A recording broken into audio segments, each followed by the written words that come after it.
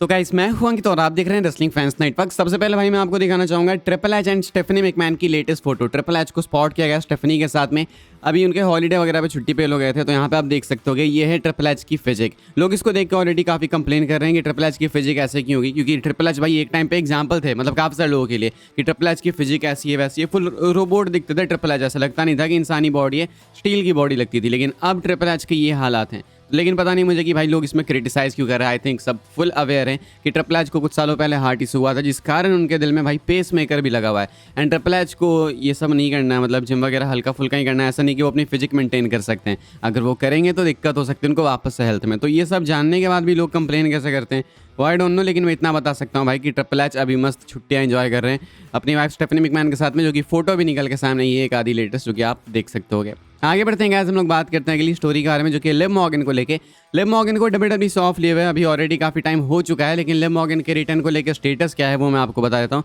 Injury से बाहर गई है लिव मॉर्गन एंड अभी कहना है पीडब्ल्यू इनसाइडर एलीट का कि टाइम लग सकता है इनको वापस आने में। लेटेस्ट स्टेटस आप देख सकते होगे। The word among numerous WWE sources is that Liv Morgan was slated for a new medical evaluation this week to see where things stood. There were some who expected her at Monday Night Raw this week for that process, but she was not at TV. The hope internally is that Liv Morgan would return to in-ring action at the beginning of 2026 as long as everything is on schedule. तो कहना है PW insider के according कि internally जो updates है उसका ऐसा मानना है कि लिव मॉर्गन इस हफ्ते एक्सपेक्टेड थी कि एक न्यू मेडिकल एवोल्यूशन के लिए आएंगे, यानी कि शायद उनको वापस से चेक वगैरह किया जाता। एंड मंडे नाइट रॉ में लोग उनको एक्सपेक्ट कर रहे थे बैक स्टेज कि वो आएंगे एंड इसी दौरान ये प्रोसीजर वगैरह होगा, वो टीवी पे नहीं होनी थी। लेकिन ऐसा कुछ हुआ नहीं, वहाँ पे वो आई नहीं। तो होप इंटरनली ये है कि जो लिव मॉर्गन है वो आपको इन रिंग एक्शन में वापस देखने को मिलेंगी 2026 के स्टार्टिंग में, यानी कि शायद से यहाँ पे रॉयल रंबल की बात की जा रही है। कुछ का ऐसा मानना है कि 2026 का स्टार्टिंग मतलब वो सीधा रॉयल रंबल मैच में रिटर्न करेंगे। Royal rumble is all about returns and ये सऊदी वाला इवेंट है, तो इस बार डब्ल्यूडब्ल्यू का एग्जाम्पल वगैरह भी थोड़ा सेट करना होगा जब भी चीज़ें अलग करते हैं। लाइक हमने देखा इस साल का समरस्लैम काफ़ी अलग था, फर्स्ट एवर 2 नाइट समरस्लैम वो डिफरेंट स्टेज सब कुछ। तो डब्ल्यूडब्ल्यू ने एक बहुत ही अच्छा शो दिया। तो जब भी ऐसा कुछ अलग होता है तो फर्स्ट जो शो होता है इनको वो एक अच्छा हिट करना होता है। वही कहने वाली बात है कि first impression is the last impression. तो ऐसे में एक्सपेक्टेड है कि लिव मॉर्गन वहाँ पे शायद वापस आएंगी and may be even women's royal rumble match को जीत सकती है। तो पीडब्ल्यू साइडर का कहना है कि जो मेडिकल इनका होना था इस हफ्ते वो हुआ नहीं है, अभी भी टाइम लगेगा। अगले साल के स्टार्टिंग में आप लोग इनको एक्सपेक्ट कर सकते हो टीवी पे वापस। आगे बढ़ते हैं गाइस, हम लोग बात करते हैं नेओमी के बारे में। नेओमी भी अचानक से टीवी से ऑफ हो गई एंड काफी सारे लोग कंफ्यूज थे कि ऐसा क्या होगा, कुछ को लगा कि नेओमी इंजर्ड है या फिर क्या है। लेकिन एक अपडेट है नेओमी को लेकर, वो मैं आपको बता देता हूँ। WWE just announce that Naomi will address the state of the women's championship on next week's episode of Raw. तो कहना है यहाँ पे डब्ल्यूडब्ल्यू का अनाउंस करना है कि जो वुमेन्स चैंपियनशिप के साथ जो भी कुछ होगा वो अभी आगे पता चलेगा अगले मंडे नाइट रॉ के एपिसोड में, बिकॉज नेओमी खुद आएंगी एंड इस सिचुएशन को एड्रेस करेंगी कि आखिर अचानक से इनका ऑफ क्यों हो गया टीवी से। रसल वोट्स वगैरह का कहना था कि भाई ये नेओमी का जो भी है भाई फिलहाल ये ऑफ इसीलिए है, या फिर ये टाइटल वगैरह शायद इसीलिए वेकेट कर सकते हैं बिकॉज सी इज प्रेग्नेंट। तो ऐसे में हो सकता है आप एक्सपेक्ट कर सकते हो कि आएंगी मंडे नाइट रॉ में एंड टाइटल को वेकेट करेंगी, जो कि थोड़ा सा शॉकिंग है क्योंकि मनी इन द बैंक का सीन बहुत ही ज़्यादा अच्छा हुआ था एंड लोगों को काफ़ी पसंद आया था एंड काफ़ी सही मोमेंटम भी था इनके पास, कैरेक्टर वर्क भी सही चल रहा था। But all of a sudden ये कुछ है कहानी। तो यहाँ पे आप एक्सपेक्ट करोगे कि मंडे नाइट रॉ में एड्रेस करने के नाम पे टाइटल वेकेट की जाएगी। देन हो सकता है इस टाइटल के लिए एक टूर्नामेंट आपको बनते हुए दिखे, शायद क्लैश इन पेरिस में क्राउन किया जाए न्यू चैंपियन, या फिर हो सकता है अगले इवेंट क्राउन जूल वगैरह के लिए वहाँ पे भी हो सकता है। फिर बीच में अगर बैड ब्लड अगर होने वाला, जो कि कंफर्म नहीं है अभी, अगर होने वाला तो शायद वहाँ पे भी आपको इस टाइटल का एक फिनाले देखने को मिले टूर्नामेंट में। तो ये टाइटल फिलहाल वेकेट होगी, लेकिन जब नेओमी वापस आएंगी कुछ अगले साल तक, तो ऐसे में आप एक्सपेक्ट कर सकते हो कि फिर से वो सीधा इसी प्लेस पे आएगी, बिकॉज इनका जो कैरेक्टर है वो काफ़ी सही वर्क कर रहा था एंड डब्ल्यूडब्ल्यू वाले सही पोस्ट इनको दे रहे थे। इवन बैक स्टेज जो फीलिंग्स थी वो भी काफ़ी सही थी।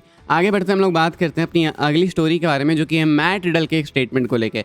अब मैट रिडल डब्ल्यूडब्ल्यू के अंदर है नहीं, लेकिन डब्ल्यूडब्ल्यू की बातें आज भी करते रहते हैं एंड इनका कहना है कि रियल लाइफ में अगर कोई स्ट्रीट फाइट हो तो लेसनर एंड रोमन रेंस को ये इजीली बीट कर देंगे। इससे पहले भी स्टेटमेंट दे चुके हैं Matt Riddle, this is not the first time, लेकिन अभी डबल डाउन करते हैं एंड कहते हैं कि लेसनर एंड रोमन दोनों को मैं एक स्ट्रीट फाइट के अंदर बीट कर सकता हूँ।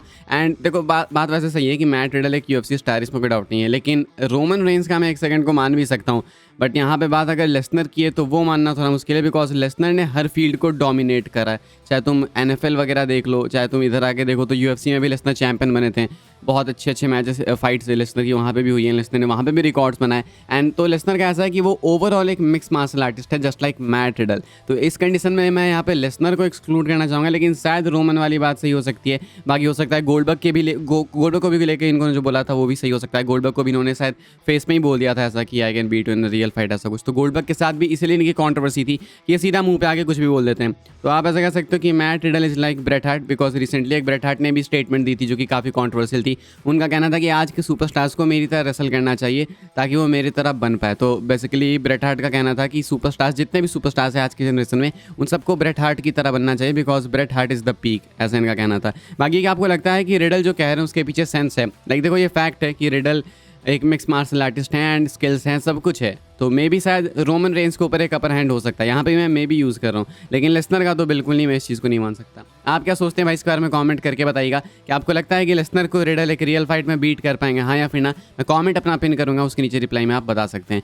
अपनी आखिरी स्टोरी कवर कर लेते हैं जो कि है Brock Lesnar and John Cena को लेके समरस्लैम 2025 में वापस आने के बाद, जो कि काफ़ी अनएक्सपेक्टेड था। लेसनर अब जो है जॉन सीना के साथ में फ्यूड करने वाले हैं। मैच इनका कब होगा अभी एग्जैक्टली पता नहीं, हमने एक्सपेक्ट किया था कि क्लास इन पेरिस में होगा मैच, लेकिन अचानक से पता चला कि लोगन पॉल का मैच होगा। तो लोगन पॉल सीना का मैच कंफर्म है, बट बीच में अपडेट आई कि WWE वाले सितंबर के बीच में कुछ 20 सितंबर की डेट है, वहाँ पे शायद बैड ब्लड होस्ट करने वाले हैं एंड वहीं पे आपको लेसनर सीना का मैच देखने को मिल सकता है, बिकॉज ये AEW के साथ में हेड टू हेड जाएंगे, कॉम्पिटिशन में जाएंगे। तो यहाँ पे आपको इनका मैच देखने को मिल सकता है, बट द थिंग इज कि शायद इनका मैच इकलौता यहाँ पे मैच ना हो, शायद आपको मल्टीपल मैचेस देखने को मिल सकते हैं। सुनने में बिलीव ज़्यादा होता नहीं, बिकॉज सीना के पास ज़्यादा टाइम बचा नहीं है, कुछ मुश्किल से 6, 7, 8 अपीयरेंस बची होगी जॉन सीना की। अगले स्मैकडाउन में भी वो होने वाले हैं, तो वो भी एक कट हो जाएगा, देन क्लास इन पेरिस वगैरह। तो बैड ब्लड जाते जाते लेसनर के साथ मैच में पहुँचते सीना के पास ऑलरेडी काफ़ी कम मैचेस, काफ़ी कम अपीयरेंस बची होगी, लेकिन स्टिल हो सकता है कि बैड ब्लड में सीना compete करे लेसनर के अगेंस्ट एंड उसके बाद क्राउन जूल यानी कि सऊदी में भी मैच हो। वी ऑल नो भाई कि सऊदी वाले ऐसे ही मैचेस पसंद करते हैं, उनको ऐसे ही सुपरस्टार चाहिए, Undertaker, Batista, Goldberg, John Cena, Lesnar type के। तो ऐसे में लेसनर सीना का मैच वहाँ पे ना हो तो काफ़ी ऑकवर्ड सा, अजीब सा लगेगा। एंड वैसे भी कायदे से अगर बैड ब्लड अभी अनाउंस नहीं है तो अगला PLE क्राउन जूल ही है, तो वहीं पे होना चाहिए। लेकिन हो सकता है कि WWE 2 बार करे एंड हो सकता है कि एक बार लेसनर को जीता है, हो सकता है एक बार सीना को जीता है, क्योंकि लेसनर अभी अचानक से आए, वो आके सीना से हार जाएंगे तो वो चीज़ उतनी सही नहीं लगेगी। फिर अगर लेसनर को सीना के जाने के बाद भी compete करना होगा तो वो मोमेंटम नहीं बिल्ड हो पाएगा। लेकिन अगर लेसनर भी सीना को हरा के सीधा आगे मूव ऑन कर जाएंगे तो वो भी चीज़ पसंद नहीं आएगी। तो ऐसे में हो सकता है कि पहला मैच या तो सीना जीते एंड उसके बाद दूसरा मैच लेसनर जीते, या नहीं तो हो सकता है कि पहला मैच लेसनर जीते बैड ब्लड में एंड दूसरा मैच सीना जीते। देखना पड़ेगा, ऐसा नहीं कि सीना हार नहीं सकता, अभी जस्ट कोडी रोड से हारे, लेकिन क्या क्वेश्चन है कि अपने आखिरी डेज में सीना हारते ही जाएंगे क्या, ये क्वेश्चन है। लेकिन फिलहाल एक्सपेक्ट कर सकते हो आपकी 2 मैचेस एटलीस्ट आपको शायद देखने को मिल सकते हैं, एक बीच में AEW के साथ कंपटीशन के लिए बैड ब्लड में एंड एक सीधा क्राउन जूल में, शायद से, कंफर्म नहीं है। कोई कॉन्क्रीट अपडेट आएगी तो मैं आपको बताऊंगा। फिलहाल इस वाली वीडियो के लिए सारी न्यूज़ अपडेट्स थी एंड आई होप आपको इन्फॉर्मेशन मिली तो वीडियो को लाइक कीजिएगा, शेयर कीजिएगा एंड सब्सक्राइब कीजिएगा चैनल को। आने वाले टाइम के अंदर ऐसे ही WWE के अपडेट्स सबसे पहले पाने के लिए फॉलो कर सकते हैं आप लोग मुझे इंस्टाग्राम एंड ट्विटर पर, लिंक आपको मिलेगा डिस्क्रिप्शन में। ज्वाइन कर सकते हैं व्हाट्सएप चैनल को, उसके भी लिंक मिलेगा डिस्क्रिप्शन में। मिलूंगा मैं आपसे अगले वीडियो में जल्दी ही, तब तक के लिए good bye, thanks for watching.